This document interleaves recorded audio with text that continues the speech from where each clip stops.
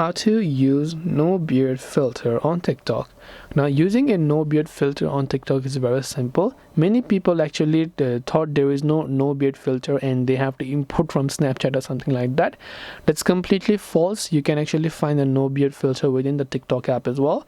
Tap on the plus option right here, and then here you can see all the effects. When you go to one of these effects like this, you'll find an option that says all effects.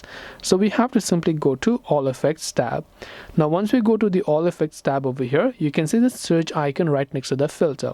So when you go to this search icon, you can say discover effects. All we have to do here is we have to type in no beard. So when you type in no beard, you'll find many filters and effects, like maybe the beardless filter, the shave beard, no beard, or beard removal. Whatever is up to your choice. You can see the most used ones, and whatever else right here, you can see go ahead and use this beardless filter, and when you put your face right in front of this, you'll be able to see that there is no beard. So this is a simple way, and not only this, you can choose any of the other beardless filter as well. I hope that this video pretty much helped you. If you have got any further questions, feel free to leave them down below. Thank you for watching till the very end of this tutorial, and see you soon in the next video.